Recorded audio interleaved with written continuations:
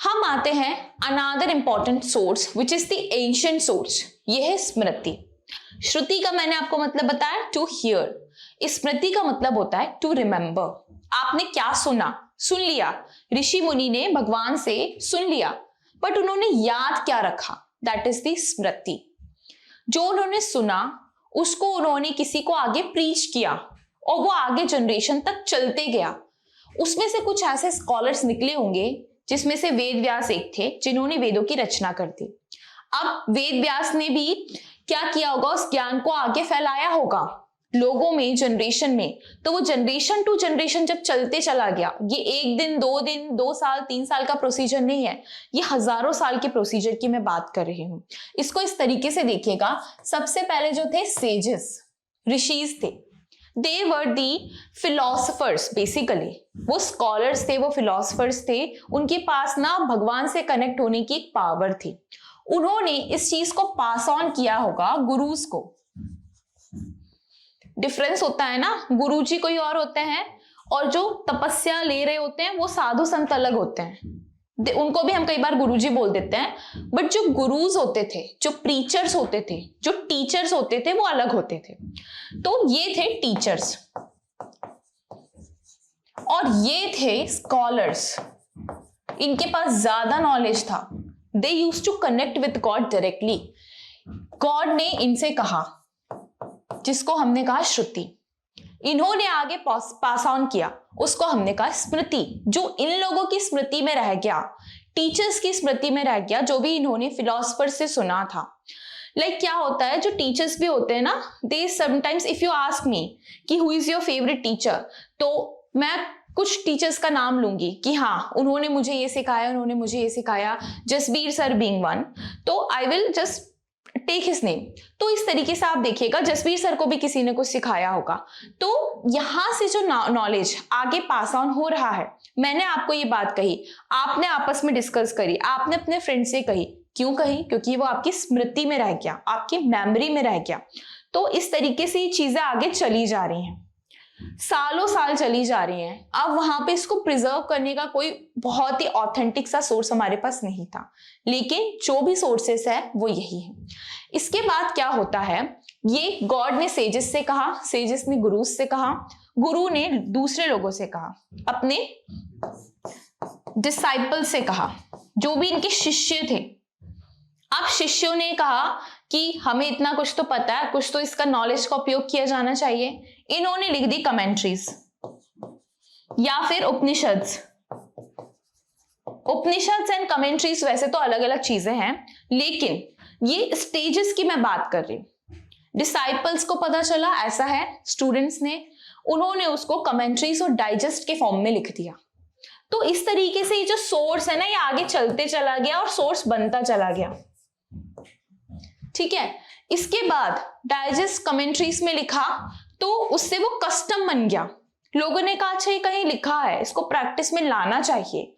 Disciples ने आगे फिर जाके प्रीच किया, लोगों ने कहा ये तो सही लग रहा है, सदाचार है ये, इसको कस्टम बनाया जाए। कस्टम बनते बनते वो प्रैक्टिस में आता चला गया। कस्टम से बना एक प्रेसिडेंट। जब कोर्ट्स आए इंडिया में, कोर्ट्स आए, स्टैब्लिशमेंट हुआ कोर्ट्स का, कोर्ट्स ने देखा कि ये तो कस्टम था, मतलब यही लॉ है। फिर वो बन गया एक लेजिस्लेशन। ठीक है, एक प्रेसिडेंट बना, उसके बाद वो बन गया एक लेजिस्लेशन कि अच्छा सालों से ऐसे चला आ रहा है, 7 स्टेप्स लेने से, सप्तपदी करने से हिंदू मैरिज हो रही है, वरमाला पहनाने से साउथ में कहीं कहीं मैरिजेस हो जाती है, सिख में आप देखेंगे 4 फेरे लेते हैं। अच्छा तो ये कस्टम था, ये सालों से चला आ रहा था, तो अब वो बन गया एक लॉ। तो इस तरीके से जो पूरा हिंदू लॉ है, ये थ्रू आउट द ईयर्स इसका विकास होते चला गया और अब एक सेट फॉर्मेट में आया है। तो कई बार ना हमें होता है श्रुति और स्मृति में कंफ्यूजन, मत रखिए। बस जो सोर्स है कि श्रुति कैसे बनी और स्मृति कैसे बनी, उसको ध्यान में रखिएगा, उसके कोडिफिकेशन पे मत जाइएगा। अल्टीमेटली किसी को तो उसको किसी फॉर्म में लिखना था, वो अलग चीज है, लेकिन सोर्स देखिए, गॉड से सेजेस, सेजेस से गुरुज, गुरु से डिसाइपल, देन वहां से कमेंट्रीज और लेजिस्लेशन जो हम आज देख रहे हैं। और उसके बाद भी नहीं रुके तो हम उसमें अमेंडमेंट भी करते रहते हैं। आए दिन कोई भी लेजिस्लेशन, फैमिली लॉ हो, कुछ भी, हम उसमें अमेंडमेंट करते रहते हैं। तो this is the whole series of the changes and this is all about the sources of Hindu law, और कुछ नहीं है। बस अपने माइंड में एक बहुत ही सिंपल सी चीज है, एक सिंपल सी प्रोसीजर है, ठीक है। अब स्मृति को अगर मैं बताऊं आपको कि बेसिकली स्मृति क्या होता है, तो इसका सीधा सा मतलब है टू रिमेंबर। आपने कुछ सुना, आपने उसको अपनी स्मृति में रखा, आपने उसको याद रखा, it is to remember. Then it is the manual written by the sages.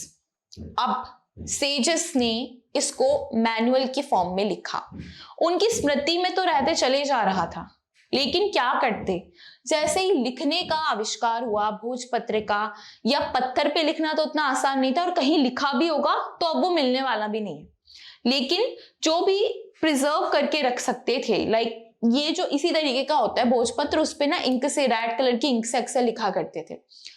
तो इस पे जब उन्होंने लिखना शुरू करा तो इस तरीके से उसको कंपाइल करते चले गए, धीरे धीरे धीरे करके कंपाइल करते चले गए, और उससे बनी स्मृति। स्मृति को फिर उसको कोडिफाई करके लिखा गया। अब स्मृति भी कई तरीके की हैं। सबसे इंपॉर्टेंट है Manusmriti. It is said who is the first law giver in India, so Raja Manu is the first law giver. उनकी स्मृति, उन्होंने जो भी अपनी मेमोरी में रखा था, उन्होंने उसको किस तरीके से लॉ के फॉर्म में कोडिफाई किया, that is the Smriti.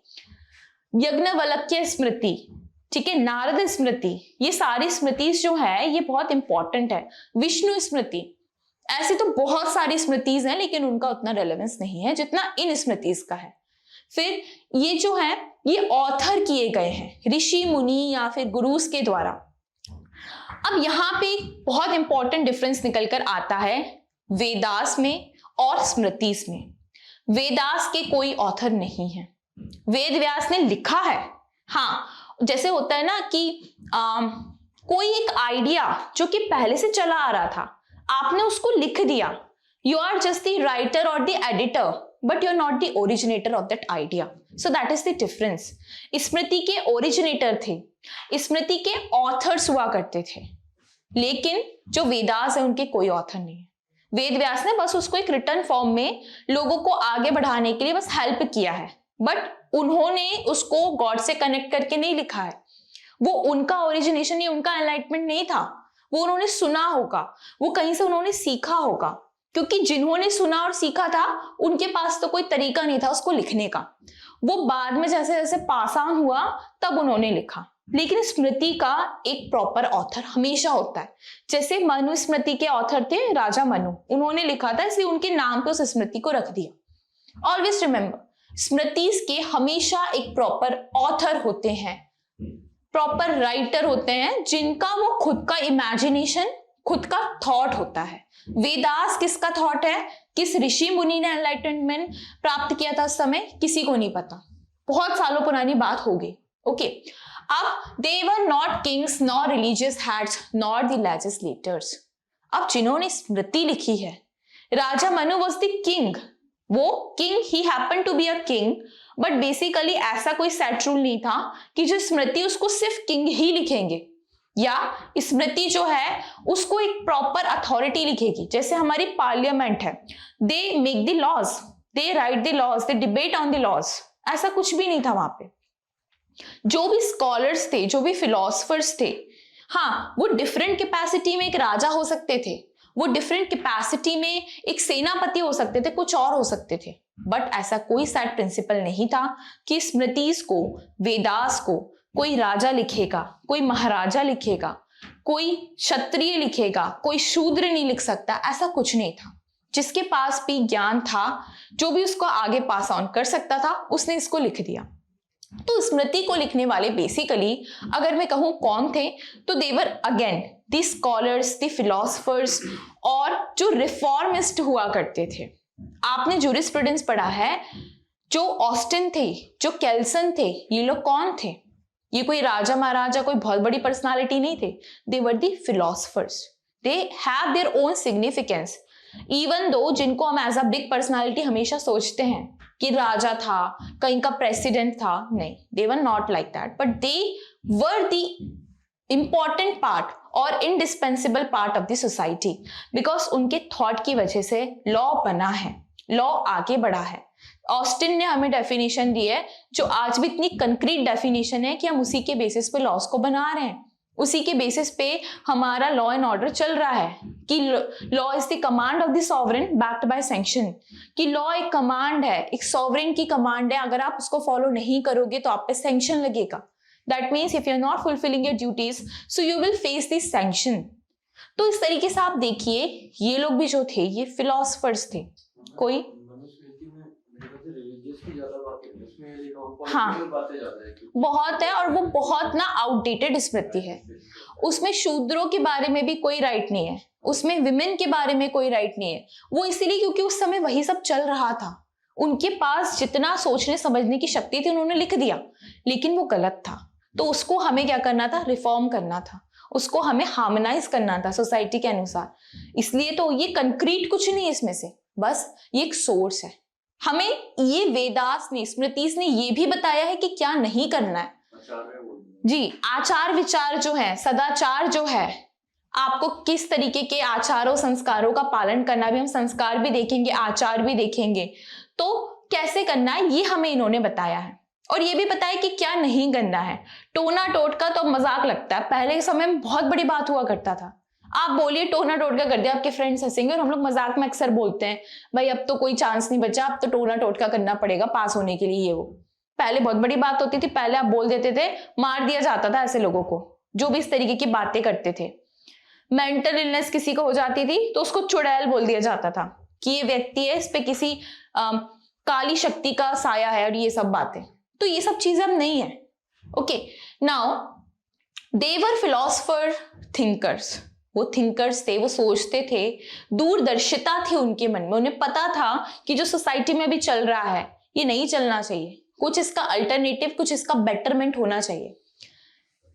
At that time, art of writing was not available, so it was passed on to the disciples. Art of writing नहीं था, ऋषि मुनि बैठते थे, आश्रम हुआ करते थे, वो आगे पास ऑन करते थे।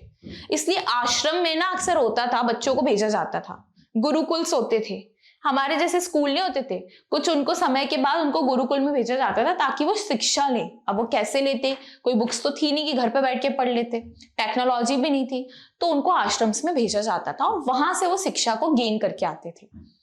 अब exact number of smritis are unknown, it is not known, किसी को नहीं पता कितनी स्मृति, लेकिन जो मेन स्मृतिज है कुछ तो नष्ट भी हो गई होंगी। खिलजी आया था, अलाउद्दीन खिलजी, उसने कितने सारे विद्यालय और पुस्तकालय जलाए थे इंडिया में आके। तो ये सारी चीजें थ्रू आउट द हिस्ट्री बहुत नुकसान भी हुआ है चीजों का। तो you don't have any proper source of it, but यही जो क्रूड सोर्सेज हैं ये यही हैं। अब a body of Hindu text usually attributed to an author. These smritis always going to have an author. Always remember this. It is a text remembered and interpreted by the scholars throughout the generation according to the changing need of the society. Now, again, स्मृति के कुछ important vital parts होते हैं। आपको पता है क्या parts होते हैं वो? कभी सुना है? धर्मशास्त्रा, धर्मसूत्रा सुने होंगे आपने कभी, है ना? तो ये जो है ये स्मृति के इंपॉर्टेंट पार्ट्स हैं। पहला है धर्मसूत्रा। अब जो ये आप देखते हैं ना BC और ये AD, इसका मतलब पता है क्या होता है? BC एंड AD एंटे वो जो भी होता है, क्या होता है जी? तो क्राइस्ट के आने के पहले क्या था, माना गया था क्राइस्ट का जब बर्थ हुआ था उसके उस हिसाब से टाइम को देखा जाता था कि बिफोर क्राइस्ट क्या क्या हुआ, तो वो उल्टा चलता था। फिर यहाँ पे आफ्टर क्राइस्ट क्या हुआ, तो इस तरीके से आपको यहाँ पे ना BC और AD हर जगह लिखा दिखेगा। तो ये वैसा वाला पैरामीटर है। उस समय इसी तरीके से नंबरिंग चलती थी क्योंकि किसी को नहीं पता कि एग्जैक्ट क्या हो रहा था। टाइम के लिए कोई किसी के पास प्रॉपर क्लॉक नहीं था, कोई कैलेंडर नहीं था, कुछ नहीं था। तो इस तरीके से यू विल सी जो धर्म सूत्रास हैं ये मैट्रिकल वर्सेस हैं, ये पोएट्री के फॉर्म में था। पोएट्री के फॉर्म में इन्हें लिखा गया। अब लिखा तो चला गया, लेकिन उसका इंटरप्रिटेशन कैसे निकलेगा? मैं अगर आपको एक पोएट्री दूं, आप दोनों उसका अलग अलग मतलब निकालेंगे। पोएट्री की ब्यूटी ही ये है कि उसके बहुत सारे इंटरप्रिटेशन निकल सकते हैं। तो इस तरीके से यहाँ पे भी यही सवाल उठता है कि किसका इंटरप्रिटेशन सही है और किसने क्या इंटरप्रिटेशन निकाला है। अब ये बहुत सालों पुराना था जो भी धर्मसूत्रास बने थे। क्या था इसके अंदर? तो ये एक्सप्लेनेटरी नेचर था देन ऑफ द धर्मसूत्रास। ये एक्सप्लेन करने के लिए था बेसिकली। प्रोस लिख दी है, सॉरी पोएट्री लिख दी, उसका एक्सप्लेनेशन भी था कि अच्छा पोएट्री ये कहती है। अब ये जो थे ये रिलेटिवली इलैबोरेटेड थे, थोड़ा सा इसमें इलैबोरेशन आया। जो वेदास थे उसके कंपैरिजन में अगर हम देखें तो ये थोड़े से इलैबोरेटेड थे, लोगों की सोच बदली, लोगों की विचारधारा बदली, थोड़ा एजुकेशन हुआ, थोड़ी टेक्नोलॉजी का विकास हुआ, तो इसमें भी चेंजेस हमें देखने को मिले। इसके बाद जो इसका सेकेंड पार्ट है वो है धर्मशास्त्र। धर्मशास्त्र में क्या था कि प्रोस था, एक होता है पोएट्री, एक होता है पैराग्राफ या प्रोस के फॉर्म में हम लिखते हैं। तो यहाँ पे ये डिफरेंशिएशन था कि एक आपने पोएट्री के फॉर्म में लिखा, उसको एक्सप्लेन करने की कोशिश करी, और दूसरा जो था वो थोड़ा और आपने इलैबोरेट करके लिखा, प्रोस के फॉर्म में लिखा। तो ये था धर्मशास्त्र एंड धर्मसूत्र में डिफरेंस। हाँ बेसिकली देखो सब वही है, लेकिन उसको लिखने का तरीका, व्हाई इज इट डिफरेंट, अगर हम उसका डिफरेंशिएशन देखें तो ये था, कहीं पोएट्री लिखी थी, कहीं एक्सप्लेनेशन था, कहीं प्रोस के फॉर्म में लिखा था। मोर और less they are the same thing. Dharma, law, Bhagwan, nature, ये सब बातें हुई हैं उसमें, थोड़ा थोड़ा यहाँ पे डिफरेंस था। अब ये जो डिवाइड किया गया है, जो हम बात कर रहे हैं धर्मशास्त्र की, इसको 3 पार्ट्स में यहाँ पे डिवाइड किया गया था और फर्दर डिवाइड किया गया। धर्मसूत्रास जो थे वो पहले आए थे, फिर उसको धीरे धीरे और एक्सप्लेन करने के लिए पोएट्री से प्रोस के फॉर्म में किया कि लोगों को और ज्यादा क्लैरिटी हो। अब क्या हुआ, इसको सबसे पहले आचार के फॉर्म में डिवाइड किया गया। आचार का मतलब है कि rules of the religious observance, किस तरीके का आप रिलीजन को ऑब्जर्व करेंगे। एक रिलीजन के सर्टेन आचार होते हैं, वे ऑफ लिविंग होते हैं, आपको उसको फॉलो करना पड़ता है। अगर एक हिंदू है तो उनके आचार ये होंगे कि शायद वो सुबह उठ के अर्घ्य दें सूर्य को, वो जल चढ़ा के मंदिर जाएं, वो तिलक धारण करें। वहीं कोई मुस्लिम है तो वो नमाज अदा करने जाएंगे, क्रिश्चियन है तो वो चर्च जाएंगे, वो कैंडल्स को लाइटन अप करेंगे। तो इस तरीके के जो आचार होते हैं, जो रिलीजियस ऑब्जर्वेंस और प्रैक्टिसेस होती हैं, वो धर्मशास्त्र में दी थी with regards to the Hindu religion. इसके बाद आता है व्यवहार, आपका सोसाइटी में कैसे व्यवहार है। एक है आपका पर्सनल लेवल पर है, आप सुबह उठे, आप मंदिर गए, आपने वेदास को पढ़ा, आपने पूजा अर्चना करी, ये सब आपने अपने पर्सनल लेवल पर करा। The moment you are stepping out of the house, तब आपका सोसाइटी में कैसा बिहेवियर है, आपने घर पे कितनी पूजा पाठ कर लिया, आप क्या सदाचार का पालन कर रहे हैं, आपका व्यवहार लोगों में कैसा। हम बोलते हैं ना उसका व्यवहार अच्छा नहीं, ठीक व्यक्ति नहीं है वो, मंदिर तो जाता है बट उसका नेचर देखो कितना खराब है, व्यवहार कितना खराब है। तो ये हमें बता रहा था कि ठीक है रिलीजियस प्रैक्टिसेस को आप करिए, लेकिन आपका व्यवहार, सिविल लॉ, सोसाइटी में आपका एक जो व्यवहार है वो कैसा रहना चाहिए, जिसके बेसिस पे लॉ बना। किसी ने हमारे साथ बुरा बर्ताव करा, उसी के लिए तो लॉ बना है, नहीं तो पहले सब एक दूसरे के साथ अच्छा बर्ताव किया करते थे। टाइम चेंज हुआ, लोगों की सोच बदली, किसी ने किसी के साथ ब्रीच किया, किसी को धोखा दिया, किसी को हर्ट हुआ, उससे धीरे धीरे लॉ बना। तो ये भी बता रहा है कि आपका व्यवहार कैसा होगा। फिर व्यवहार कैसा भी है, प्रायश्चित कैसे करेंगे आप, किसी भी चीज का प्रायश्चित कैसे करेंगे, क्योंकि उस समय कोई प्रॉपर सेट अथॉरिटी नहीं थी। आज किसी ने कुछ गलत काम करा, ब्रीच ऑफ कॉन्ट्रैक्ट करा, आप कोर्ट में चले जाएंगे। पहले ऐसा नहीं था। अब लोगों को कैसे रिमोर्स में लेकर आए, कैसे उनको गिल्टी फील कराएं और कैसे वो अपने आप को सुधारें। उस समय कोई पावर तो थी नहीं कि कोर्ट्स ने उनके ऊपर कॉम्पनसेशन लगा दिया, नहीं। कोई क्राइम करा, जेल में उनको बंद कर दिया गया, ऐसा नहीं था। तो उनको सिखाया जाता था प्रायश्चित करो। अगर आपसे कोई गलती हो गई है, आपने मानव जीवन में जन्म लिया है, it's okay to make mistakes, but what next, प्रायश्चित करेंगे आप। अब वो कैसे करेंगे, आप वो उसके भी तरीके होते थे कि सेवा में लग जाओ, किसी की गौ सेवा में लग जाओ, किसी वृद्ध की सेवा में लग जाओ, हाँ घर से भी निकाल देते थे, मेडिटेशन करने चले जाओ, पहाड़ों पे जाके अपना जीवन व्यतीत करो। श्री राम के साथ भी ऐसा होता, उनको वनवास मिला था। क्यों मिला था? वो किसी और की षड्यंत्रों की वजह से मिला था, बट देखा जाए तो वो एक तरीके का प्रायश्चित ही कर रहे थे। ओके, अब क्या है, किंग का कॉन्सेप्ट भी इसी से निकला है, सब चीजें ही से, हाँ, ठीक करने के लिए किंग का प्रमाण इंद्र होना, उन्होंने प्रमाण दिया था कि हाँ मैं प्रायश्चित कर सकता हूँ। गौतम बुद्ध ने भी एनलाइटनमेंट इसी तरीके से गेन किया था। उनको लग रहा था, कैसे आपने स्टोरी सुनी होगी, कि उन्होंने देखा कि समाज में क्या चल रही है। वो प्रिंस, वो प्रिंस थे, वो उनके पास इतनी बढ़िया लग्जरियस लाइफ थी, उनके पास सब कुछ था। देन ऑल्सो ने लगा क्या मतलब है जिंदगी का। उन्होंने मृत्यु शैया पे एक आदमी को जाते देखा, उन्होंने कहा लास्ट में तो सबके साथ यही होना है। तो इसलिए उन्होंने एनलाइटनमेंट गेन किया, और उनके जो विचार थे, विचारधाराएं थी, उसको आज भी लोग फॉलो करते हैं। आप देखिए कि इतने साल हो गए हैं, फिर भी बौद्ध धर्म is there. People tend to convert into Buddhism because of certain rituals, a certain ideology and the faith they are observing there. Jainism, वो कहते किसी को hurt नहीं करना है। See the beauty of all the religions. Okay, her religion की अपनी अलग beauty है, पारसीज का अपना अलग है। तो लोग इस तरीके से इसलिए तो कन्वर्ट करते हैं, बिकॉज अलग अलग फेथ हैं, कहीं पे किसी को कुछ अच्छा लगता है, it is very subjective. Hinduism से कोई मुस्लिम में जाता है, कोई मुस्लिम से हिंदू बन रहा है, it's all about their faith. तो इस तरीके से यहाँ पे बताया गया कि आपको ये तीनों चीजें करनी है। ये हमें बताया धर्मशास्त्र ने। सूत्रास पहले आए, शास्त्रास बाद में आए, ऑलवेज रिमेंबर। अब इंपॉर्टेंट स्मृति की मैं अगर बात करूं तो सबसे इंपॉर्टेंट है मनुस्मृति। ये सबसे पहले आई थी, फॉरमोस्ट इन रैंक है।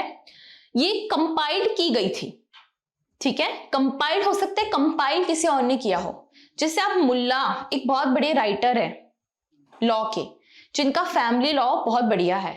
उन्होंने जो कॉमेंट्रीज लिखी हैं, आप देखेंगे commentaries on Hindu law, commentaries on this law and that law, क्या है वो उनके खुद के विचार नहीं है, मुल्ला ने उन्हें कंपाइल किया, उस पर कॉमेंट्रीज लिखी, अपनी इंटरप्रिटेशन लिखी। तो इस तरीके से चीजें चली आ रही हैं। तो जो मनुस्मृति उसको कंपाइल बाद में किया गया, और चूंकि वो राजा मनु ने दी थी, उनकी स्मृति में वो ऑथर माने गए इसके, और इसको फिर कंपाइल आगे करके पहुंचाया गया। फिर it is divided into 12 chapter, अलग अलग चैप्टर्स हैं। और अब इसमें किस चीज को इंपॉर्टेंस दी है, तो उन्होंने दी थी ब्राह्मण्स को इंपॉर्टेंस। उस समय पे ब्राह्मण्स को बहुत इंपॉर्टेंस दी जाती थी। क्यों? क्योंकि भाई उनको माना जाता था इन्होंने नॉलेज गेन कर लिया है। जैसे आपको बताया था, सोसाइटी में डिवीजन हुआ था, जिसको लोगों ने गलत तरीके से लिया। काम को आसान करने के लिए डिवाइड किया गया कि कुछ लोग प्रीच करेंगे, कुछ लोग क्षत्रिय बनेंगे जो सुरक्षा करेंगे, कुछ अनाज उगाएंगे, और कुछ जो लेबर वर्क है वो करेंगे। इस तरीके से to have this harmonizing effect in the society and the organization, इस तरीके से वर्णों का विभाजन किया गया। बट उसको लोगों ने किया गलत तरीके से इंटरप्रेट, कि जो वर्ण सिस्टम बना, कास्ट सिस्टम बना दिया।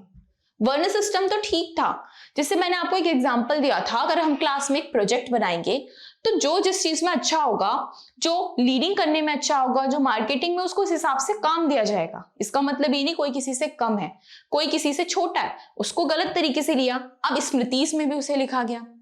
तो ये स्मृति को आप ऐसे देखिए कि इस स्मृति ने हमें ये बताया कि दिस इज नॉट करेक्ट, आप सिर्फ ब्राह्मण्स को इंपॉर्टेंस नहीं दे सकते। इसीलिए स्मृति हमें ये भी बताती है क्या सही है और क्या सही नहीं है। अब आप देखेंगे तो हम सबको इक्वल ट्रीटमेंट दिया गया है। हम इवन सोसाइटी में भी अब लोगों को इक्वली ट्रीट किया जाने लगा है। पहले कितना ज्यादा भेदभाव किया जाता था, मनुस्मृति में उसी का वर्णन किया गया है कि देखिए इंपॉर्टेंस हम देंगे ब्राह्मण को। इन्होंने क्या किया, विमेन को, शूद्रास को कोई राइट नहीं दिए, कुछ भी रिकॉग्नाइज नहीं किया। और सुप्रीम अथॉरिटी जो थी, कहा इंप्लीमेंट करने की। See this term, not law making but the implementation, कि किंग के पास अक्सर लेके जाया जाता था कि देखिए महाराज जिसने ये कृत्य किया इसको सजा दें। तो वो क्या कर रहे थे, लॉस को इंप्लीमेंट कर रहे थे और सजा भी दे रहे थे। तो इस तरीके की बातें मनुस्मृति में कही गई कि विमेन को कोई राइट नहीं है।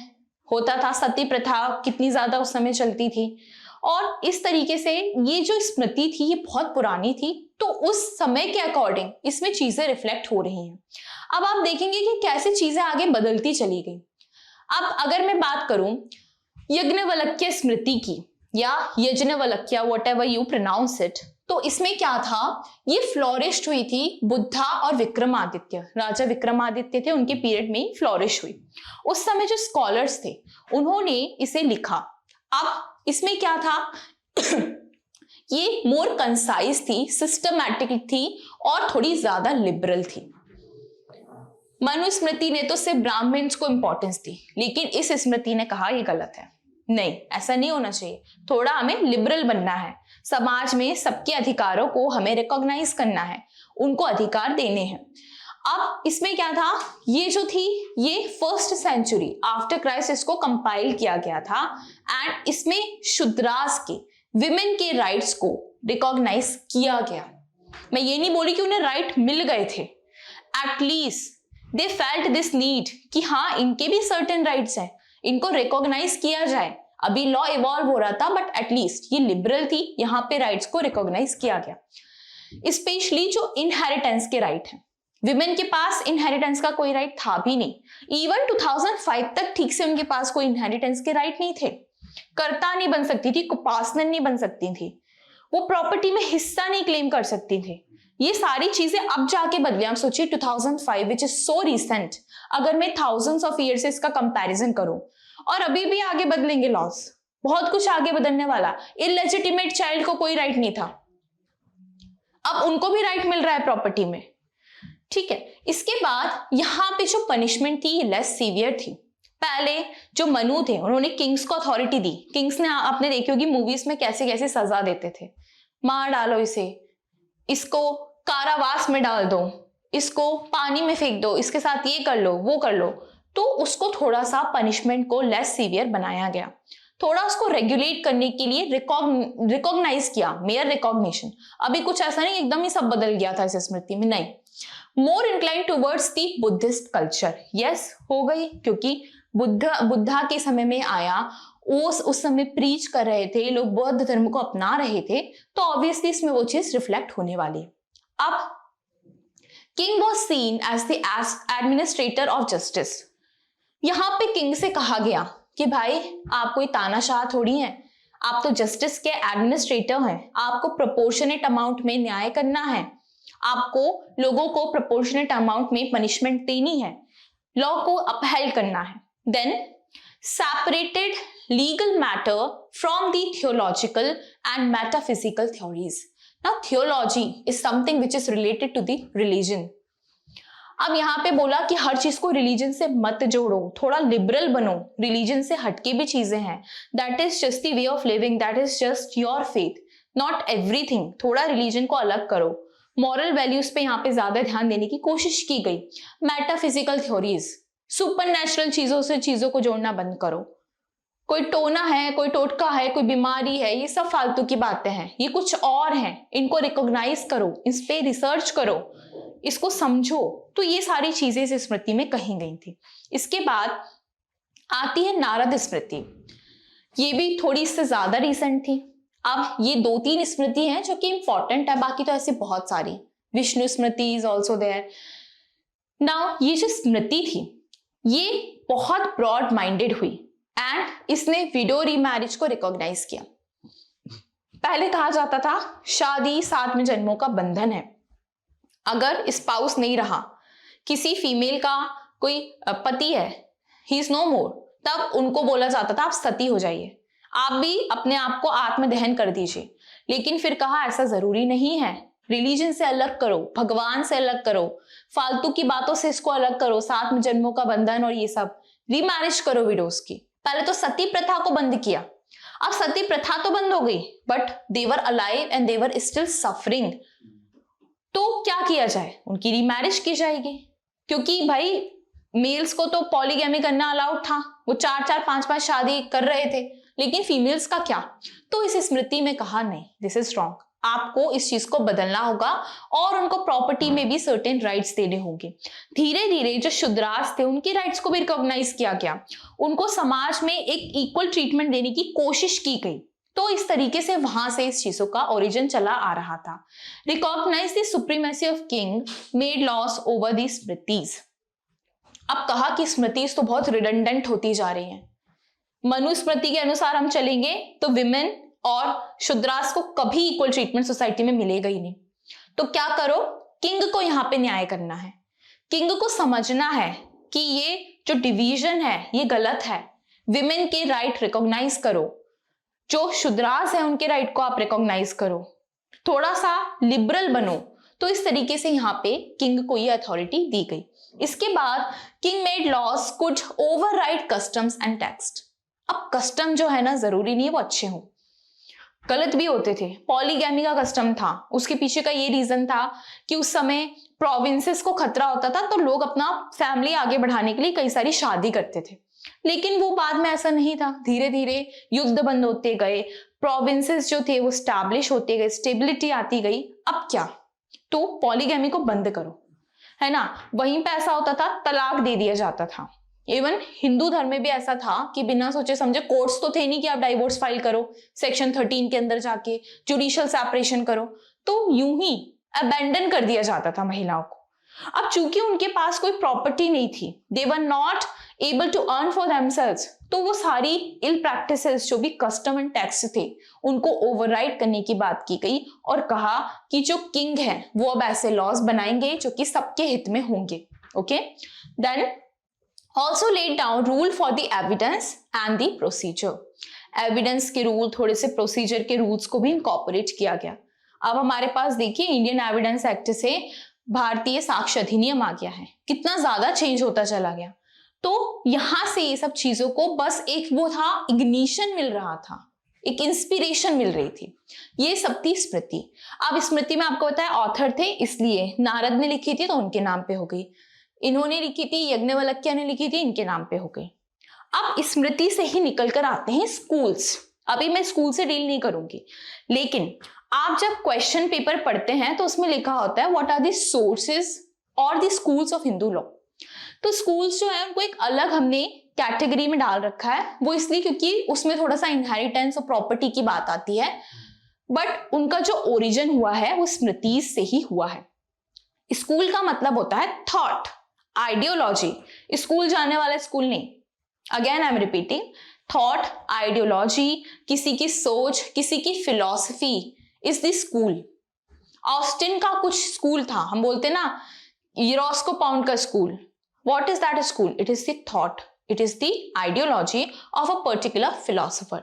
तो यहीं से धीरे धीरे स्कूल बनने शुरू हुए। आपने सुना होगा दो इंपॉर्टेंट स्कूल है, मिताक्षरा, दयाभगा। तो वो कहां से बने? तो यज्ञवल्क्य स्मृति, ये सारी स्मृति, मनु स्मृति, ये सब ने उसमें इंपॉर्टेंट रोल को प्ले किया है। ये स्मृति को पढ़ के ही लोगों का थॉट प्रोसीजर जागा।